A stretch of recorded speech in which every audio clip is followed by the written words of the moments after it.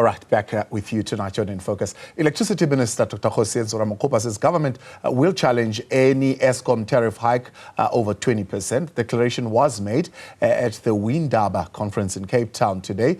He noted that the suggested increase could have substantial repercussions for South African households and businesses. All right, let's unpack this further with energy and infrastructure finance specialist Ruse Moleshe. Ruse, good to have you. Thank you very much for coming on this evening. The minister confident that government will be able to positively intervene on the Eskom tariff hike application, meaning that there could be an intervention that could have a negative impact on Eskom, worsen the situation, deepen the crisis, but he believes there is an intervention that certainly could work both to the advantage of the consumers and the parastatal itself. Do you think a number below 20% in terms of an increase can be able to do that? Well, I'm not sure how the minister is looking at this and in terms of what intervention he envisages. But what I know is that the process of setting off tariffs is a regulated process in terms of how Nersa should do it, both in terms of there's an act that deals with that, as well as guidelines in terms of which Eskom should apply. Now, I cannot say whether or not the tariff that will be determined eventually will end up being at 20% or not, because that depends on the processes that will be followed by Nersa from now going on.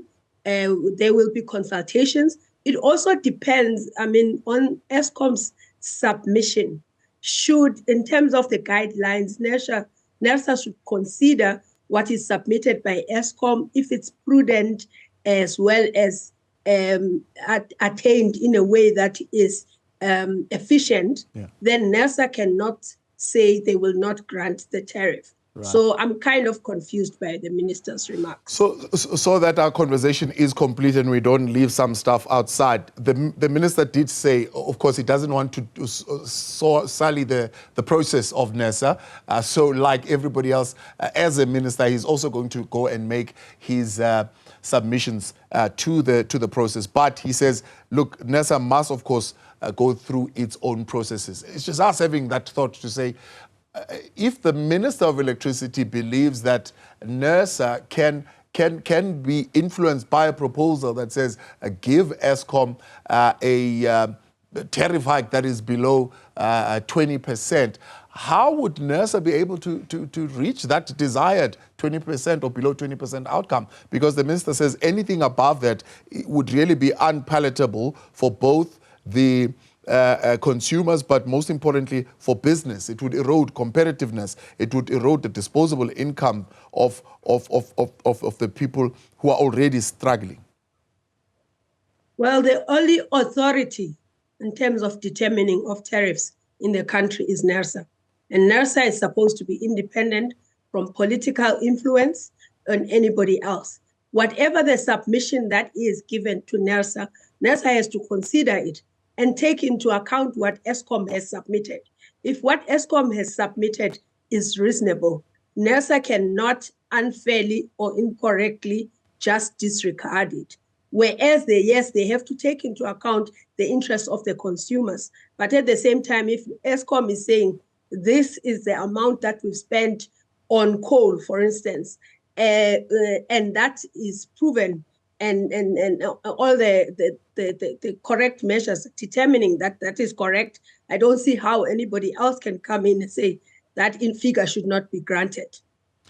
So what about policy interventions? The minister believes there are policy interventions that could certainly come into place. One of them would be delaying the carbon tax compliance to 2026, not scrapping it, but delaying it, and saying that in itself could be a representation of some 6 billion rands. Well, policy is, yes, it's in the domain of government. Government sets policy, and then Nersa comes up with regulations as well as guidelines informed by that policy. Currently, there's policy that informs Nersa. In the absence of that, we cannot say that when the minister will be, depends when the minister will be doing that, how they will be doing it, and whether there'll be consultations or not to be able to impact on this particular tariff.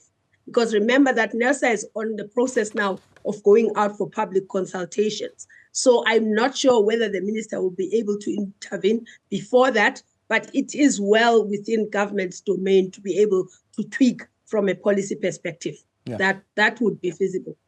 And the suggestions of efficiency, certainly saying, well, Nersa must also look at how inefficient, for example, Eskom has been in terms of collecting its debt of 82 billion rands from municipalities. So more than giving them a 36.15% in April and a 43.55% in July, should we not be looking at other interventions like the rolling out of smart meters to help Eskom's balance sheet in terms of being a little bit more efficient in collecting? Yeah, so that is Eskom's responsibility to ensure that whatever they are owed is actually collected. Remember that when it comes to the tariff, that Eskom's application is based on costs to be able to produce electricity. Any costs related to operations, maintenance, procurement of spares, procurement of fuel, and all of that. And all of that must be done in a way that Nersa determines is efficient. If not, then they have the prerogative to then reduce what Eskom is asking for. But it's a process that Nersa has to do, of course, in terms of collecting what is due to them. Yeah. Now, in that kind of approach, and many have been critical of that approach of Nersa, saying maybe Nersa needs to change that approach or have some kind of reform in how they determine the tariff, because it seems, the way that you put it, that Nersa would somewhat prioritize Eskom recouping whatever it says it puts in to what do you call it, to generate electricity, as opposed to looking at the affordability for business and people. Well, there's a methodology that is in place, and until that particular methodology is changed, Nersa has an obligation to look at Eskom's tariff within that methodology, and it's very clearly articulated. Part of the costs that, for instance, Eskom will be looking at is environmental levies, the carbon tax you were talking about, the actual operational costs. So that there's not much room to change it unless, as you say, the methodology itself is changed. But right now, there's no process that indicates that there's a methodology that's on the table. So Nersa will be considering this particular application for the 3-year period using the methodology that's on the table. Remember that Eskom has been to court before where Nersa has not been able to grant what they think is rightfully supposed to be granted. So Nersa also has to be careful to make sure that they do these things in a way that is determined by that process. But in terms of consumers and the fairness to consumers, yes, of course, they have to take that into account. And there is a provision for what you call, let me call it subsidies for lack of a better word right now. But in terms of considering only any inputs, those inputs will have to be considered within the constraints of that process. Yeah, I wanted to come to that because it's also, I suppose, on Eskom itself to look at itself and say, can they implement these things so that they don't have to go to Nersa and keep knocking and say, give us more. For example, one of the suggestions is the partial insulation of the poor by, for example, again, rolling out prepaid meters where, because right now, the 2 million or so that are being counted, it's not very clear whether they are getting that benefit directly without the intervention of the municipalities. And the minister is suggesting that if you have a prepaid meter, that discount can immediately be programmed into that meter. So you are guaranteed that that particular household gets the benefit. But another, of course, call is for an increase of the quantum that is being given to the indigent program, in itself having cost implications, but I suppose on the side of government this time. Yeah, in terms of that subsidy, also it comes from the actual tariff, and who pays for the tariff? The consumers. So there's no magical way where that tariff can be subsidized, except to also come from the consumers that are paying for electricity. I get your point in terms of getting more people to be able to pay, so that at least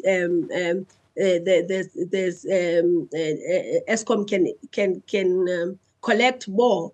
But at the end of the day, there still has to be a tariff, and the consumers are the one that pays for the cost of generating electricity. Yeah. We are in a government of national unity, so it's interesting that this the view that's coming from the minister, but also his deputy, having some input in this from a Democratic Alliance point of view. And they believe 4 things should happen, and these could be things that can cushion the poor and certainly help in reducing the cost of electricity. 1, the rationalization of Eskom as a business. 2, the increase of the footprint of IPPs. 3, allowing municipalities who are in good standing and have got good financial footing to generate their own, and of course the ERA bill. So the municipalities are allowed to get power, to generate their own power, or to procure from independent power producers. And secondly, bringing in the private sector is not a guarantee of a lesser tariff, because the private sector has to make a profit as well and make sure that their projects are viable. And so there's no real evidence that when you bring in the private sector, the costs necessarily go down all over the world. It has not necessarily been the case. Renewable energy, for instance, requires additional transmission infrastructure to be able to connect their projects. That additional transmission infrastructure will be paid for by consumers. We need almost, I think, 14,000 kilometers of additional transmission infrastructure lines. That doesn't include transformers and all of that. So there are billions and billions of rands that must be spent to be able to connect these projects. So that government is trying to go into a market where they involve independent power producers, not a guarantee of a lower tariff. Yeah. There are some who believe, precisely as you're putting it, you need to then separate, as part of the reform of the Nersa process, these 3 entities. So calculate what is the cost of, as you put it, putting down transmission lines, calculate what is the cost of generating, what is the cost of distribution. And they believe you'll find that the sum that as a quantum that Eskom is asking for might not be as high as they're making it out to be in terms of what it costs to generate a kilowatt of electricity. Well, that remains to be seen, and that must be a process where and now government comes up with, obviously the National Transmission Company of South Africa has already been, to an extent, separated from Eskom generation, and they may make an application on their own. But my assertion is that there's a lot of capital that will be required to build that infrastructure, and that will be billed to the consumers. And I'm not sure how that will actually reduce. Maybe, I don't know. Maybe that could help, but I'm not so sure. Yeah. What are the implications of this? I mean, is this thing feasible to be able to balance Eskom's financial demands with the affordability for business and the general public? Is it feasible what the minister and everybody else, I suppose, who's critical of the pricing strategy and pricing structure of Eskom right now is raising? I think it's going to be very difficult, because those costs, as I say, if Eskom is saying, reimburse me for the coal of this much quantity, that cost me this much to be able to procure, to put in power plants to generate electricity. So how do you dispute that quantity is not the quantity that should be reimbursed? And they will be able to give you proof for that. So it's very difficult to do that. It's just that now in South Africa, previously we had very low tariffs in the past, and now that is catching up with us as we build new infrastructure. I think that what we need to focus on, and that's not a short-term solution, is actually to grow the economy, to be able to then be able to absorb some of these costs and be able to increase our affordability. In the long run, I honestly don't see a significant reduction in terms of the requirements of infrastructure. And the more requirements we have for infrastructure, the more costs you have, and the consumers will have to pay. Ruse Moleshe, I appreciate your time. Thanks so much for coming on. Energy and infrastructure finance specialist there on the suggestion that the Minister of Electricity is proposing, or at least will be proposing, to Nersa in these consultation processes.